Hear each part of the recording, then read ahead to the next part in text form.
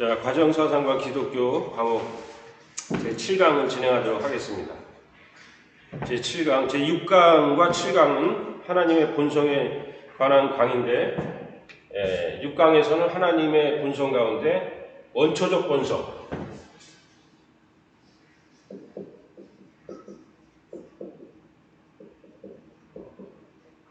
하나님의 원초적 본성에 대해서 아주 중요한 핵심에 해당되는 것들을 말씀을 잘 드렸는데 간단하게 복귀하고 오늘 이 강의의 주제인 결과적 본성으로 관련을 좀 시키겠습니다. 영원한 본성이라고 하는 것은 이 시공간이 이 우주라고 하는 이 시공간의 이 규모의 모든 그 영역에 질서가 있을 텐데, 시간이 주로 목적적 활동, 공간이 주로 작용적 활동과 관련된다고 말씀을 드렸는데, 이 우주가 얼마나 넓은지 인간의 상상력에 균열이 생길 정도로 복잡한데, 그럼에도 불구하고 그 모든 곳에 질서가 있을 텐데, 혹 어딘가에 지금 우리 지구의 지성적 문명보다도 더 뛰어난 문명을 건설하고 살아가고 있는 그런 존재들도 있을지 모르는데, 어떤 관련 학자들은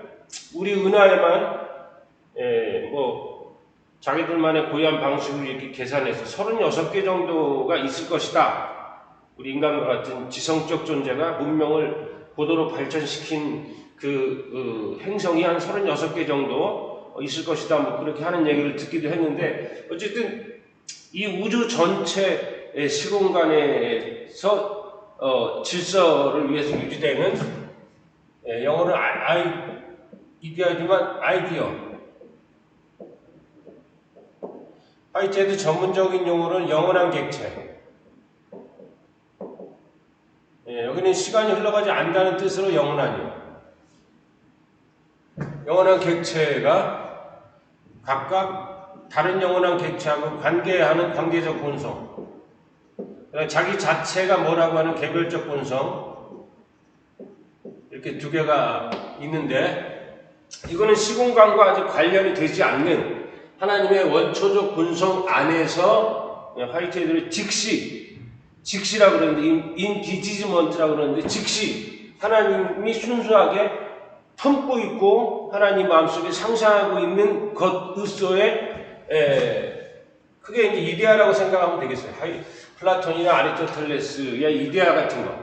근데 화이트헤드 약간 수정해서 영원한 객체라는 용어를 쓰는데, 이런 두 본성으로 위해서 짜여져서 세계 속에 이제 진입해서 이 세계 가운데 하나님이 짠 그 질서대로 이상적으로 구현하게 되는 그런 건데, 그래서 요거에 대해 해당되는 용어들이 좀 있어요.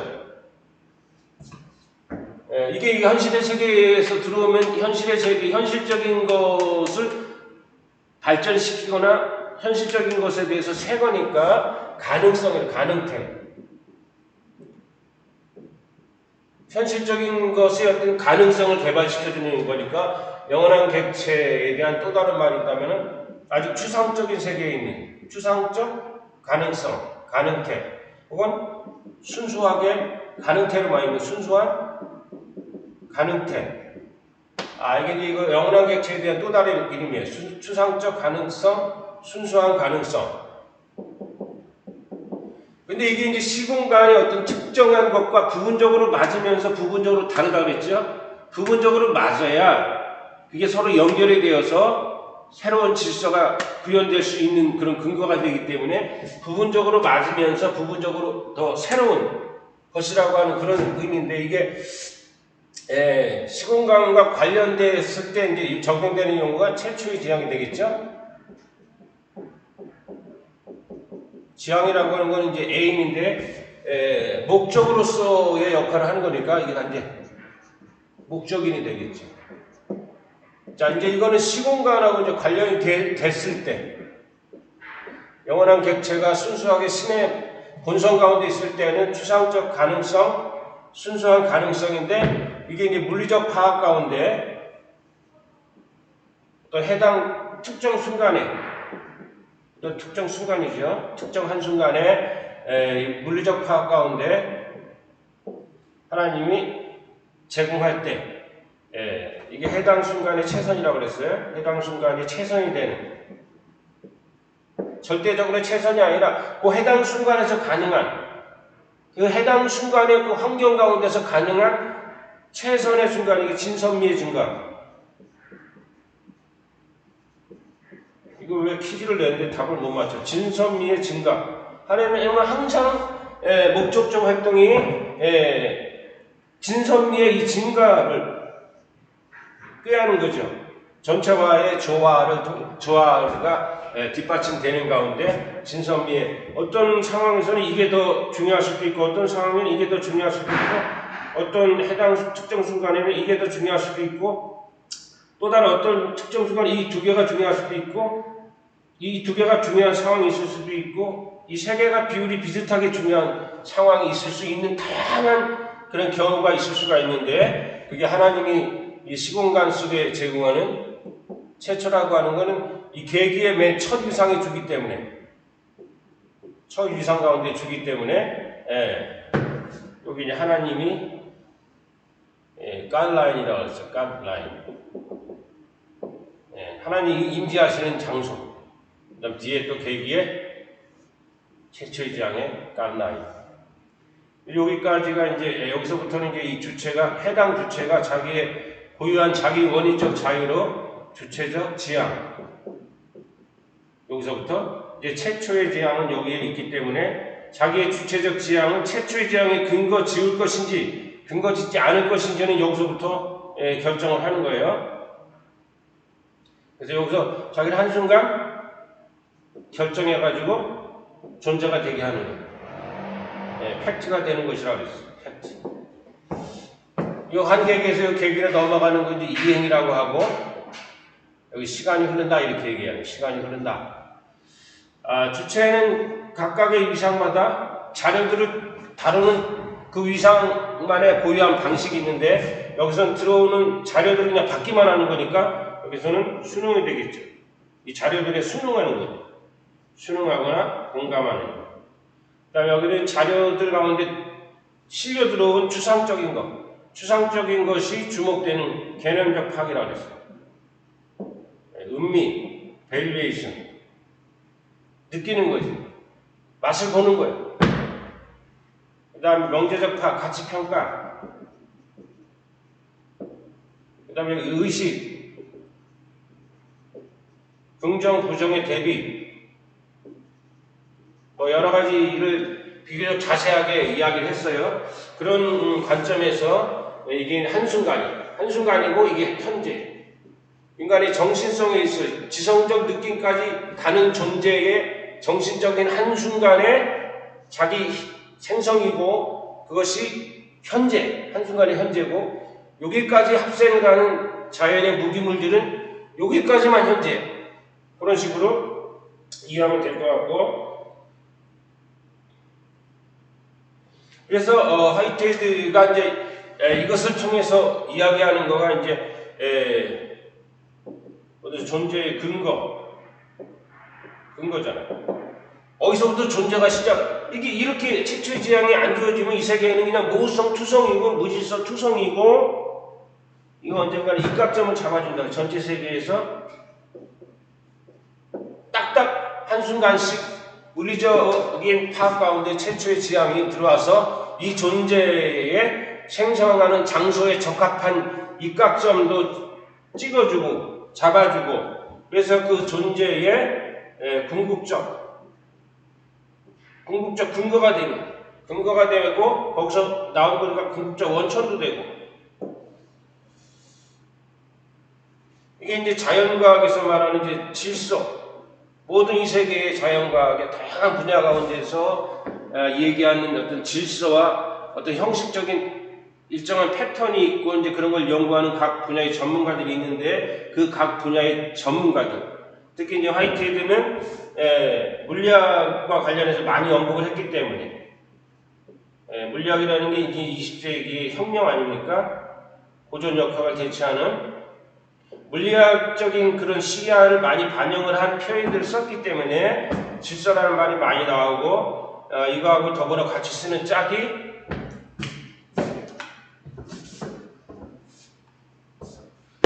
같이 쓰는 짝이 질서와 새로움이.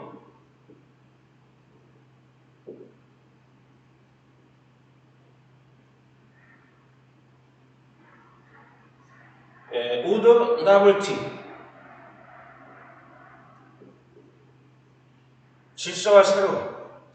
자, 질서는 이제 기존에 딱 형성되어 있는 건데, 그 질서가 이제 최초의 지향이 제공되는 것을 통해서 이게 이제 기존 질서가 되는 거고, 기존 질서가 되면서 이제 이게 새로움이 추가됐으니까 이게 기존 질서가 되고, 기존 질서를 더 풍성하게 하든지 약간 변형을 가하든지 해서 새로운 것이라고 하는, 질서는 항상 새로움과의 관련성 속에서 이해해야 된다는 그 지침을 주는 거예요. 질서는 항상 그게 시간이 가도 고정불변한 절대적인 어떤 그런 거가 아니고, 제 포스트 모던 세계에서도 이렇게는 아니고, 자연과학도 과학의 혁명구조라는 책에서 패러다임 전이 얘기잖아요. 질서도 계속, 자연과학 질서도 계속 정태적으로 딱 절대적으로 고정되어 있는 게 아니라 계속 새로운 요소가 추가되는 것을 통해서 기존의 질서들이 더 깊어지거나 넓어지거나 와해되거나 해서 질서의 재편. 이게 이제 요새 포스트모던 하는 철학하고 이제 화이트헤드가 만나는 거예요. 질서에 새로운 것이 추가해서 새 질서가 되겠지, 새 질서. 새 질서가 되는데 이거를 하나의 고유한 틀로 생각한다면 이게 나중에 이게 질서가 되겠지.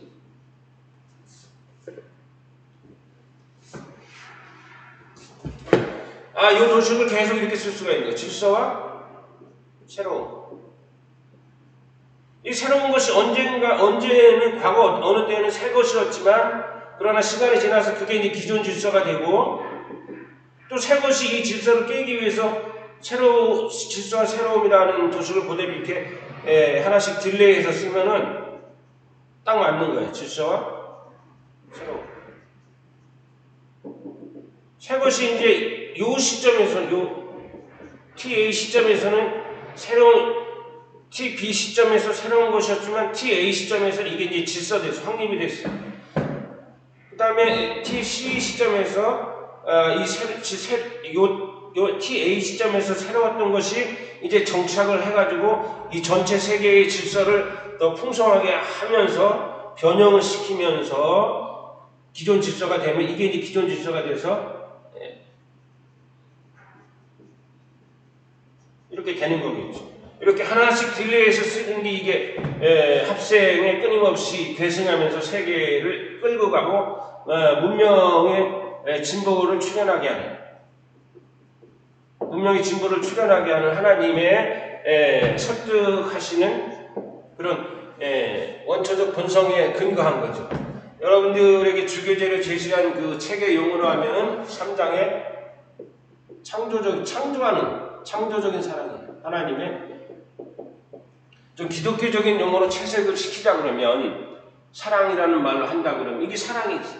입각점을 찍어주고 자기를 구성하는데 최초의 이상적인 근거를 주고 하는 거가 없으면 질서든지 그냥 모성투성이고 그냥 혼돈 자체밖에 될 수가 없는 거예요. 전체를 다 아는 자가 특수한 어떤 환경 가운데 있는 낱낱의 개별적 계기들을 순간순간 챙긴다. 순간순간 챙긴다는 거예요. 순간을 챙기는 거예요. 순간순간. 성경에 있는 하나님의 그 사랑, 종교적인 그런 표현을 철학적으로 순간순간을 챙기는 거예요. 한 일생을 챙기는 거가 순간순간을 챙기는 것이 누적되는 것을 통해서 어떠한 개인의 일생을 챙기고 어떤 국가의 운명을 챙기고 이 우주의 어떤 진로를 개척해가는 그런 근거가 되는 거죠. 그 책의 용어로 하면은 여러분들이 책을 천천히 한번 읽어보시길 바라겠는데, 그 책에는 창조적인 앞에 설득적인 이 이니셔님이 여기 들어와 이 존재를 설득하는 거예요. 진선미 쪽으로 너를 결정해라 라고 설득하는 거예요. 설득적인 혹은 모험적인. 두렵지만 새 것을 향해서, 지금까지 없던 것을 향해서 첫발을 띄고 모험을 해라. 특히 이제 구약의 예언자들의 삶이 주로 모험이잖아. 지금 내가 여기서 설명한 용어로 하면은 이 모험은 새로운, 기존에 없던 것을 향해서 새 것이 출현하도록 모험을 하도록 자극하는 거죠. 이사야를 부르고 무슨 예레미야를 부르고 예언자를 불러서 정의를 외치게 하고 그 당시에 굉장히 낯설고 없던 그런 것들을 가서 외치라고 하는 것을 통해서 이게 창조적인 사랑, 창조적인 사랑 가운데 설득적인 하나님의 창조적인 사랑, 모험적인 하나님의 창조적인 사랑, 그 다음에 이것이 결국 향유를 증가시키는 향유가 보통 경험할 때 누리는 어떤 그 감정인데 심오함을 느낀다든가 향유를 증가시켜요. 특히 이제 즐거움을 증가시킨다고 그랬는데 이게 천박한 그런 즐거움 말고 이렇게 책에는 세 가지 사례를 들어서 창조적인 하나님의 사랑이 설득적이다, 모험적이다, 향유를 증가시킨다 라고 하는 식으로 전개하고 있는 거가 신의 원초적 본성을 가지고 얘기합니다.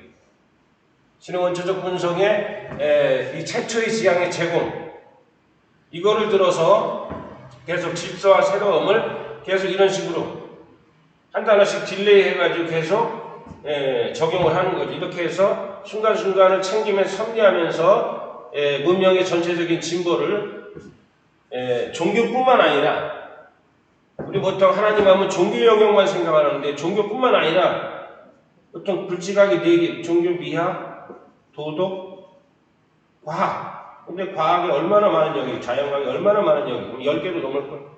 10개 넘어요. 점점 더 세분화되는데 그 안에 있는 모든 질서와 새로움의 이 패턴이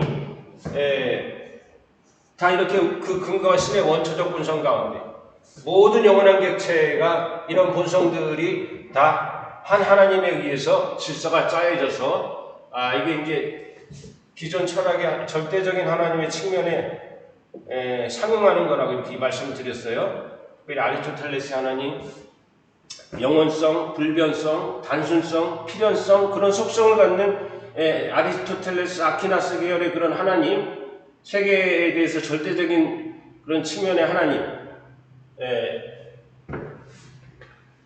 자, 요 정도 이렇게 얘기하면은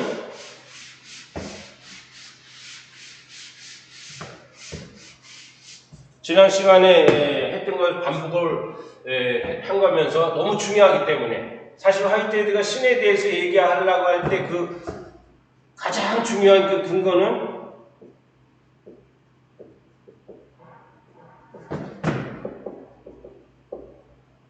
이건 정확하게 기억하셔야 되는데 화이트헤드가 신을 철학적인 방식이긴 하지만 신을 그 철학의 말년에 도입하지 않을 수 없다고 강하게 느낀 결정적인 게 뭐냐면은 이것 때문이에요. 새 것이 어디서 나오느냐. 그냥 단순히 반복되거나 우리 생각처럼 그냥 단순히 반복되거나 그냥 그대로 존속되거나 그냥 똑같은 걸로 시간이 가도 유지되거나 해야지 그게 맞는데 이 변화가 어떻게 일어나고 특히 변화가 좋은 방향으로의 변화, 선변화 먼저가 아니라 좋은 방향으로의 변화. 아까 얘기한 것처럼 과거의 기존 질서와 맞는 면이 있으면서도 맞지 않는 면이 있는 것을 통해서 엮이고 해서 쭉 해서 시간과 더불어서 새 것이 출현해가지고 문명이 형성되고 뭐 이렇게 하는 이 새 것이 과거하고 연결되어 있으면서 미래의 어떤 것을 물고 들어오는 이 새 것이 계속 세상을 바꿔가듯이 근데 이 새 것들이 아주 질서 있게 이게 정착되고 도입되기 때문에 새 것이 어디 있느냐, 그 무한한 아이디어들이 어디에 있느냐라고 하는 그 착상에서 최초로 이것 때문에 나블티 이것 때문에 최초로 과학과 근대 세계에서 신을 도입합니다. 신에 대해서 신을 도입합니다. 그 당시 많은 위대한 철학자들이 화이트헤드가 지금 잘못된 길로 가고 있다. 지금 신에 대해서 말하지 말아야 할 시대인데 신에 대해서 말하는 자가정책에 빠졌다.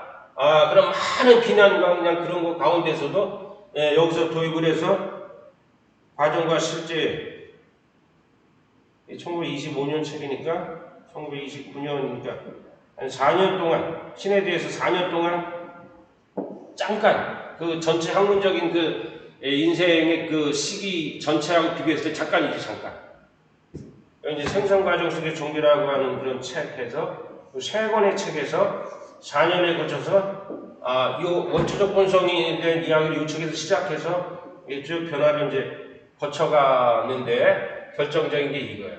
새로움이 출현해가지고 세상이 달라지는데 새로움에 출현하는 그 초초가 어디냐? 라는 것을 아주 형이상학적으로 묻는 것에서 시작해서 신의 원초적 본성을 도입을 한 거예요. 신의 원초적 본성이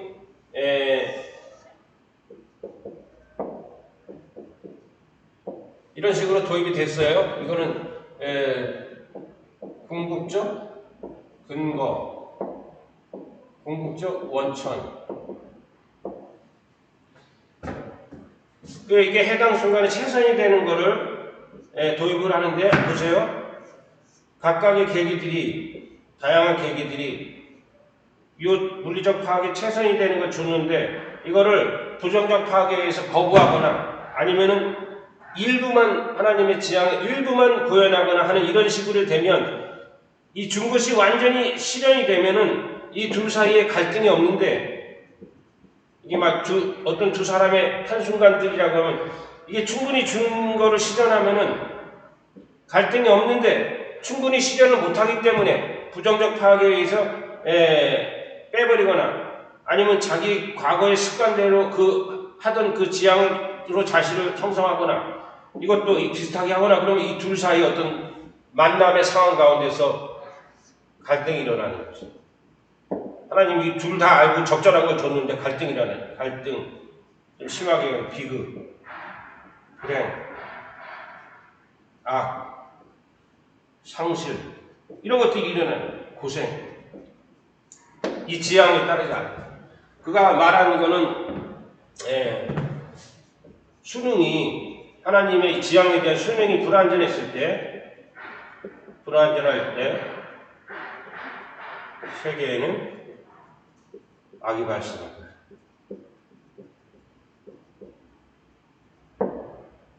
수능, 최초의 지향에 대한 수능이 불완전할 때 부정적 파악이나 이런 걸 통해서 자 그런데 이런 본성은 하나만 있는 게 아니라 지금 이제 제가 얘기하려고 하는 건 하나님에게는 이게 이제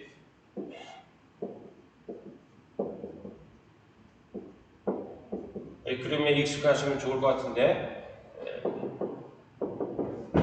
여기 이제 이렇게 들어오는 거 아닙니까?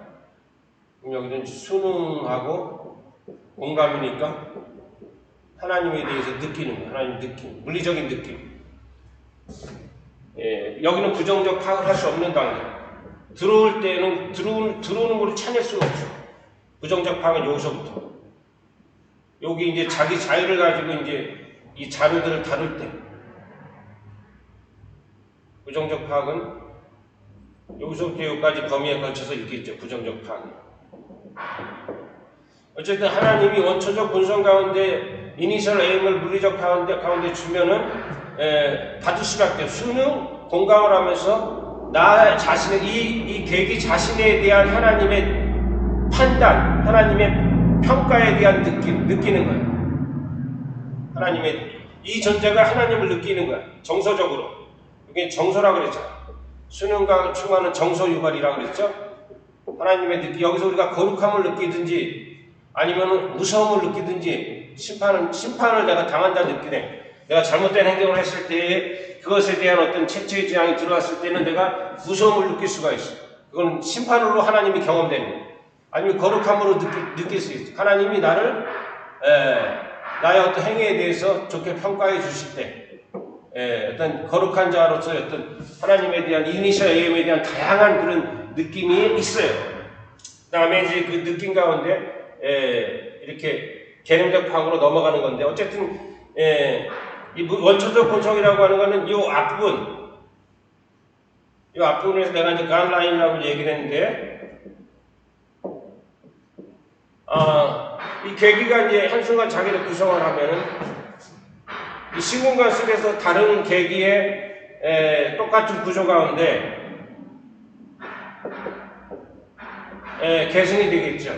그래서 계기가 존재, 현실적 존재는 현실적 계기라고 얘기를 했는데, 자, 이렇게 다양하게 다른 사람의 계기로 가든지 또 환경이 다른 요소의 계기로 가든지 다양하게 가는 거겠죠. 나의 그 다음 순간으로 갈 수도 있지만, 자, 이렇게 시공간 속에서 계승은 이렇게 이루어지는데,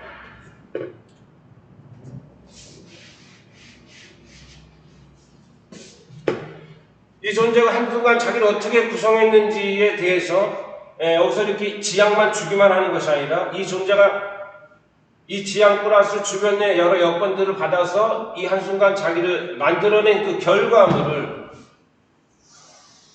결과물을 신의 결과적 본성이 이 결과잖아, 결과. 이 세계의 자기를 구성한 그 결과를 파악합니다. 내가 준 지향이 어느 정도 달성돼, 하나님께서 내가 준 지향이 얘가 어느 정도 소화해가지고 처리했구나에 대한 정확한 정보를 이제 파악을 합니다. 그래서 결과적 본성이. 그래서 신이 북측을 장구친다고 할까? 목적적 활동을 하고 자신의 결과적 본성으로 그것을 거두어들인다. 이 계기가 한순간 한 것을 쭉 추수하듯이 거두어들인다 라고 하는 그런 표현을 통해서 세계에 대한 파악, 세계에 대한 파악. 세계는 이제 계기들이 합이니까 계기들에 대한 파악이죠. 계기들에 대한 파악이고, 이게 이제 우리가 주교제를 삼고 있는 그 책의 3장에서는 응답하신 하나님, 응답하신 하나님. 왜? 세계의 상태를 그대로 알게 되고 그 다음 순간에 이 원초적 본성이 어떤 지향을 줘야 될지, 이 두 하나의 본성의 합으로서 이거 다음 세계의 계기에 이 물리적 파악 가운데 어떤 최초의 지향을 줄지를 정확하게 알기 위해서 물리적 결과적 본성에서 파악한 것이 가지고 이제 그 다음에 원초적 본성에서 그 다음 물리적 파악에 최초의 지향을 주기 때문에 우리 세계에다 반응을 하는, 응답한다. 이 세계에 각각 계기에게 정확하게 그 계기에게 필요한 거, 계기가 아니 기도한다고 그 기도 내용에 대해서든 정확하게 반응하죠. 반응하기 위해서는 알아야 되니까, 알아야 되는 거가 이 결과적 본성, 인격. 이게 성소의 하나님. 성소의 하나님 인격적이라고 얘기하는 게 이거예요. 하나님이 살아계셔서 활동하고 세계와 끊임없이, 짧은 순간에도 끊임없이 서로 피드백을 주고받으면서 네트워킹한다. 이게 성소의 하나님이거든요. 성소의 하나님. 성소의 하나님 그것도 인격적인 하나님이다. 선하신 하나님이다. 사랑하신 하나님이다. 역사의 무대 가운데서 활동하시는 하나님이다 라고 하는 그것이 응답이라고 하는, 우리에게 정확하게 응답해 주신다라고 하는 그런 관점에서 응답하신 하나님이라고 하는 거가 주교제의 이제 3장의 첫 절인가 두 번째 절에 나오는데, 그거가 이 결과적 본성으로서의 하나님. 그래서 하나님이 두 본성을 가지고 세계를 이상을 제공하고 목적을 제시하고, 그리고 그것을 어느 정도 달성했는지 실패했는지 그 결과를 파악을 하는 것을 통해서 다시 세계에게 정확하게 이 지향을 제공하고 하는 이런 쌍방적인 끊임없는 관계를 통해서 어떤 한 개인을 구원으로 초대하시거나 한 민족을 초대하시거나 하는 그런 일을 이제 하는데, 이게 오늘 이제 제 7강의 주제가 이제 결과적 본성으로서 이 하나님, 책에서는 응답하신 하나님의 내용이 여기에 해당됩니다. 이게 이제 아리스토텔레스하고 아퀴나스로 이어지는 요 전통신학에서는 이런 측면이 없어요. 결과적 본성으로 하나님의 측면이 없고, 아까 얘기한 것처럼 요 측면만 있어요. 아리스토텔레스, 아퀴나스. 아가 똑같은데, 요 철학적인 신학에는 요 하나님만, 그래서 그게 하나 돼. 단일극성이라고 해요. 단일극성 유실론이라고 해요. 이거에 비해서 이쪽 기능도 요청돼서 화이트헤드가 이걸 말하기 때문에 이걸 양극적 유실론이라고 해요. 이것만 얘기하면 안 된다. 이게 세계의 절반밖에 얘기를 못하는 거예요. 그렇게 해서 이게 응답하신 하나님의 사랑이고, 그래서 이게 항상 우리가 드리는 기도, 예배의 그 기도의 내용과 예배의 간절함에 정확하게 맞게 우리 뭐 복 주시거나 구원해 주시거나 우리의 불편한 것을 살펴서 해결책을 가도록 활동하시는 응답적인 하나님의 사랑. 이게 특별히 중요한 게 이제 개별적 섭리라고. 개별적. 아까 얘기한 거 한순간을 챙기는 거예요. 한순간 챙기기. 한순간을 챙기니 얼마나 자세하게 챙기는 거예요. 예? 뭐 10분 단위로 챙기는 것도 아니고 하루 단위로 챙기는 게 아니라 이 계획이라고 하는 거는 한 번의 경험, 한순간이니까 그 한순간이 정확하게 그 어떤 시공간 속에서 최선의 진선미의 증가 쪽으로 가도록 부르시고 하는 거니까 이게 얼마나 이 기독교적인 성서적인 하나님을 더 철학적으로 심화시키고 더 힘을 주고 지지하는 거겠어요. 성경에 한순간 개별적으로 하나님이 챙긴다 이런 건 없잖아요.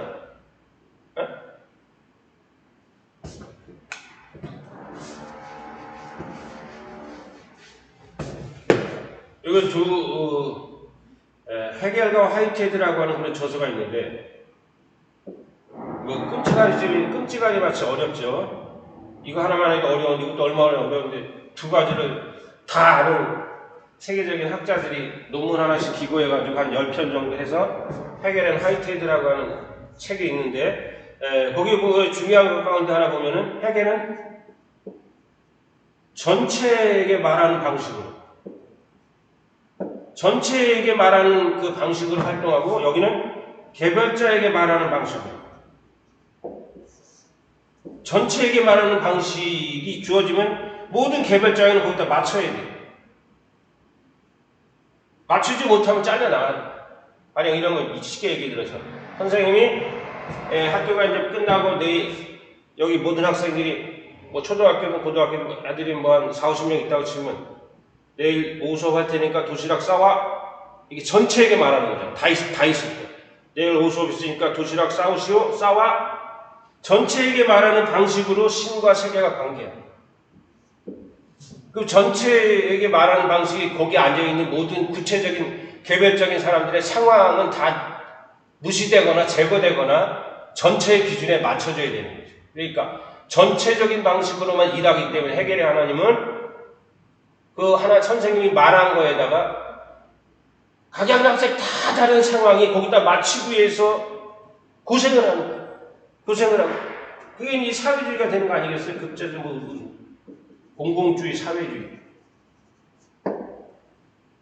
근데 화이트헤드 하나님은 개별자에게 맞춰요. 매 순간순간 그 개별자의 가장 정확한 형편과 상황에 맞는 그 형편과 상황에서 최선이 될 수 있고 그 형편과 상황이 해낼 수 있는 것에 맞추기 때문에 가령 한 아이들마다 자기한테 상담하자고 해가지고 내일 도시락 싸와라. 싸울 수 있니? 엄마가 병원에 입원하셔서 못 사는데 그래? 알았다. 내가 내일 네 도시락 좀 준비해 주지. 또 다른 애 들어오면 그 다른 애 상황이 정확하게 맞게 이런 식으로 다 모여있는데 내일 올 수 없으니까 도시락 싸와 이렇게 한마디 하고 전체의 개별자로서의 전체를 고생시키는 게 아니고 그 전체에 안 맞으면 다 제거되는 거 아니야. 헤겔과 하나님의 차이 중에 하나, 헤겔과 화이트헤드의 하나님의 차이 중에 하나. 전체와의 관련성 속에 한 기준을 제시하는 거하고 모든 개별자의 상황을 챙기는 이 하나님으로 가야 되겠지. 성소의 하나님. 계몽주의가 지나가면서 개인주의를 통해서 한 인격이 존중받고 하는 개인의 자유에 대한 거, 인권 이런 거가 계몽주의를 통해 서구사회에서 정착이 되고 인류에게 이제 보편화되는데 헤겔의 하나님은 이거하고 맞지가 않는 거죠. 이게 이제 공산주의의 원료 아니겠어요, 이게. 막스가 이거를 이제 물질 좌파해가지고 이제 한국 탈취시키는 거 아니에요. 자, 이게 이제 중요한 점 가운데 하나고 개별자들을 챙긴다는 거. 개별자들을 챙긴다고 하는 거는 해겔과 화이트헤드 하나님 잘 아시고, 개별자들이라고 챙긴다는 거는 가령 이 개별자들의 합이 이제 세 개가 되는 거니까, 개별자들의 합이 세 개가 되니까 항상 이 세 개는 구원의 대상이고 불편하기 때문에 환자라고 해봅시다. 환자. 어떤 병이 있는 환자인지 뭐 수술하는 환자인지 정상적으로 걸어갈 수가 없어요. 자기 혼자 걸어갈 수가 없어요. 그리고 간병인이 붙어요. 화장실 갈 때 간병인이 붙어요. 또 뭐 이거 링겔 같은 데 이렇게 끌고 가려고 혼자 갈 수가 없어요. 환자가 있고 이게 간병인이라고 이렇게 하거나, 간병인이 아니고 자녀라고 이렇게 하면 더 좋죠. 자녀가 자기 부모 병원에 입원해서 치료받고 있는 동안 화장실 가거나 침대 밖으로 나갈 때 이렇게 부축해 주는 거죠. 부축해 주는 거. 어깨나 허리를 잡고 이쪽 둘이 붙어가 이렇게 가는 거지. 항상 같은 보폭. 같은 보폭으로 가야지. 환자가 요만큼 보폭으로 걸어가면 옆에서 부축하는 사람도 그만큼의 보폭으로 맞춰줘야지 환자가 불편하지 않죠. 그러니까 전체적으로 같은 포즈를 취해. 이게 꾸부정하면은 옆에서 간병하는 사람도 꾸부정하게 해서 이렇게 해야 돼. 응? 옆에 환자는 거의 힘들게 꾸부정하는데 옆에 간병이 이렇게 허리 바짝 펴가지고 이렇게 가면은 환자가 얼마나 불편하겠어. 환자가 아유 나 혼자 갈게. 차라리 그게 낫지.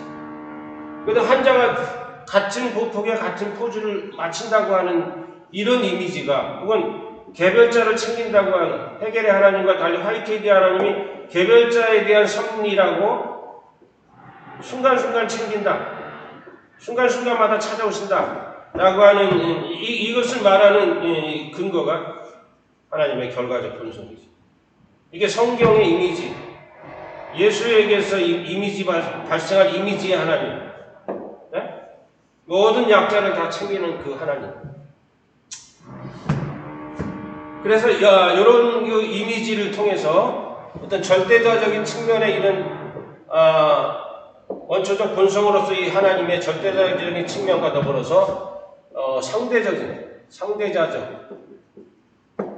간병이니까 환자를 챙겨야 되니까 환자한테 맞춰야 될 거 아니야. 보포하고 세리하고 걔를 같이 해야 되는 거야. 그러니까 시간 속의 하나님, 상대자적 하나님. 이게 물론 성경에서 말하는 게 하나님 이거지. 세계하고 끊임없이 상호 주고 받으면서 세계를 구원하고 세계를 해방하고 자유케 하고 끌고 가고 하는 건데, 그것만 또 있으면은 또 하나님이 세계하고 더불어 헤매는 거가 될 수가 있으니까, 하나님이 헤맨다 그러면은 안 되잖아요. 하나님이 이런 측면이 있어야 됩니다. 근데 전통신학은 이것만 있고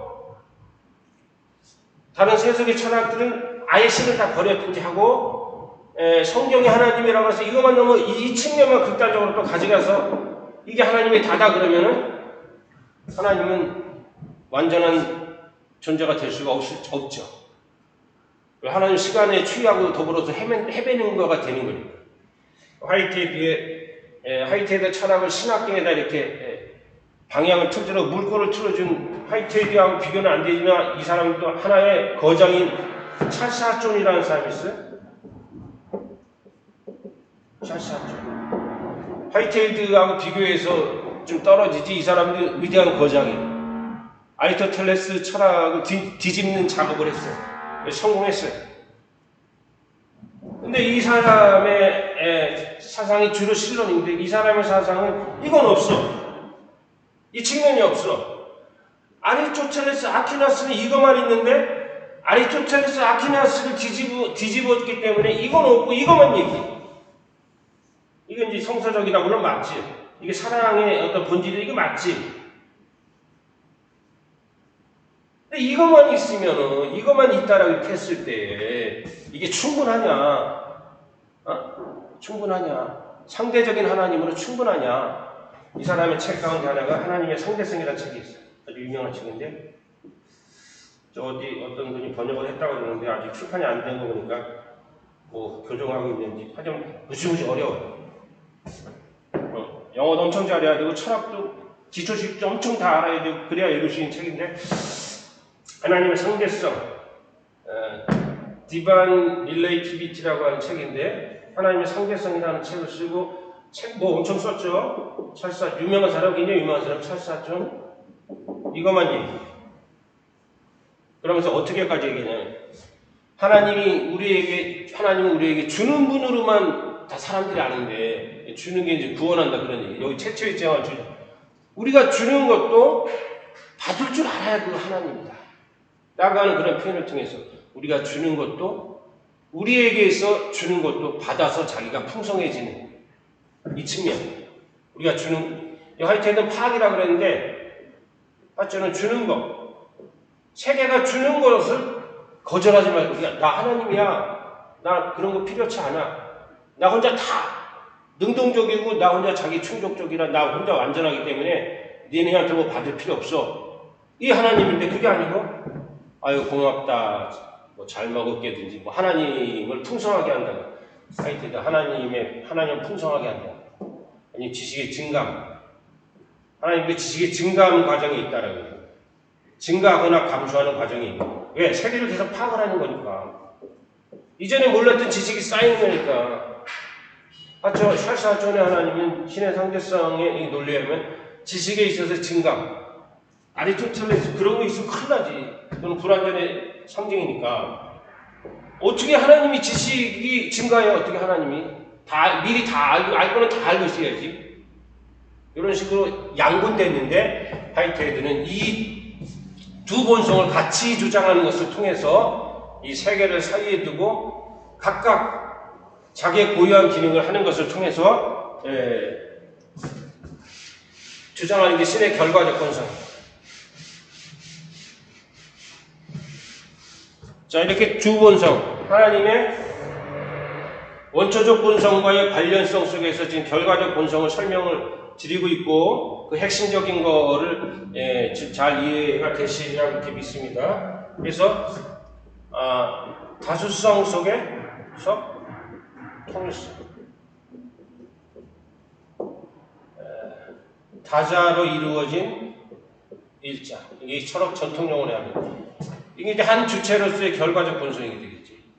한 일자로서의 결과적 본성이 되겠지. 근데 그 일자로서의 결과적 본성에는 세계에서 생성했다 소멸한 무한대에 가까운 그 계기들이 파악이 된 거니까, 왜니 다수성, 멀티플, 다자가 일자 속에서 일자의 어떤 일자의 가장 적절한 장소에 배치되는 거예요. 일자도 통일성이고 자기 경험을 갖는 신적인 자기 경험을 갖는 주체이기 때문에 주체가 이 모든 세계에서 파악한 것들을 고유하게 잘 인접시켜주고 자리를 잘 배치를 잘하고 파악한 것들 사이에 인접을 잘 맺고 해가지고 이것들을 전체적으로 자기의 결과적 본성 가운데 자리를 잡게 해가지고 이게 하늘나라에 가져 있어요. 옛날에 어떤 감신의 어떤 학생이 자기는 테니스 선수가 되고 싶었는데 부모님 목회자라 신학대학 가서 우리 집안에 가오 목회자가 되라고 강요를 해가지고 온 거야. 목회자. 물론 그것도 나쁜 건 아니지만 이거는 자기가 전혀 원하지도 않은 일이고 자기 소질에도 안 맞는 거고 항상 교실에서 멍하니 있으면서 테니스장 가서 테니스 칠 생각만 하나. 이게 좋은 거지. 너무 재밌는 거지. 자기가 제일 잘하는 거야. 근데 이거 쪽으로 잘못 들어선 거야. 이거를 했어야 되는데 자기 인생에 꽃이 피는데 이런 식으로 모든 개가 생성소멸해서 이 세상 가운데에서는 이걸 해야 되는데 지금 여기에 있는 혹은 이걸 해야 되는데 여기에 있는 이 세계 가운데에서 다 사람들이 이렇게 원치 않는 정력을 낭비하고 있고 다른 장소에 가가지고 자기가 좋아하지도 않는 거를 하고 있고 좋아하지도 않는 사람하고 살고 있고 뭐 이런 온갖 배치가 잘못된 거가 이제 이 세상인데 그거를 가장 적절한 테니스장 가 테니스장 향유의 기쁨을 누리고 이상적인 동료가 붙는 거예요. 뭐 테니스 잘 치는 사람이든지 이것이 서로 둘이 윈윈 해가지고 더 좋은 효과를 이렇게 즐거움과 향유를 일으키도록 이 세계에서 이런 식으로 살아가는 모든 것들이 이상적인 하나의 통일성과 하나의 일자 가운데서는 정확하게 자기 장소와 그리고 주변에 배치가 돼서 그래서 하나의 주체로서의 전체 하나님의 통일성이 이루어진 전체로부터 오는 시너지까지 합쳐서 자, 세계 효과예요. 배치가 잘 된 것. 정확하게 배치된 것. 두 번째, 인접된 동료가 정확하게 맞는 것. 세 번째, 한 주체로서의 전체에 하나님 챙기니까 등산할 때, 등산 갈 때 모자, 선글라스, 상의, 하의, 색깔, 장갑 이런 걸 거울로 딱 보면서 전체적으로 조화가 되도록 그렇게 멋지도록 자기를 꾸미지 않습니까? 그게 한 사람의 자기 전체니까. 과거 이 세계에서 이렇게 엉뚱하게 서로 다 이런 길로 가면서 생성소멸한 이 모든 것을 배치를 정확한 자리에 해주고 정확하게 맞는 이 동료가 인접되고 그리고 전체에서 오는 효과, 전체에서 오는 그 종합효과, 시너지 효과까지 삼중적인 이 하이테드가 이런 얘기 했다는 게 아니라 하이테드 철학을 정확하게 이해했을 때 이렇게 말했을 때 이 하늘나라가 이 세 가지가 되고 또 한 가지 좀 이따 설명할 때 이게 하늘나라 이상적인 하늘나라. 자, 이렇게 결과적 본성 이런 이미지를 또 갖기도 하고 또 하나는 게 제일 중요한 거가 이제 배치 문제가 됐다. 그 다음에 인접이 잘 됐다. 그 다음에 종합의 시너지가 있다. 이 세 개가 있는 거에 근거가 되는 그 하나가 더 있다라 그러면 이게 이제 끊임없이 생겼다 소멸하는 거니까 그게 완전한 소멸이에요. 완전히 사라졌어. 아주 가치 있는 달성을 한 것도 그 달성이 지속되는 게 아니라 사라져. 시간과 더불어 사라져. 옛날에 히라베는 시간의 화살이라는 말을 썼어.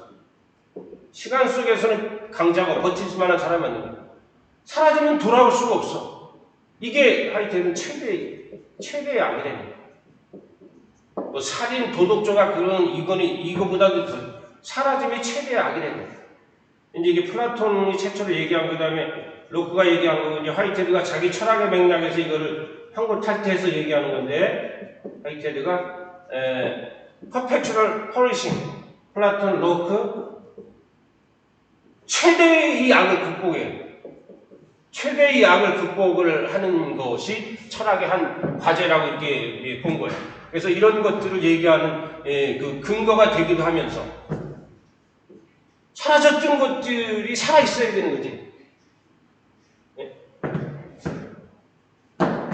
살아있을 땐 현재였어요.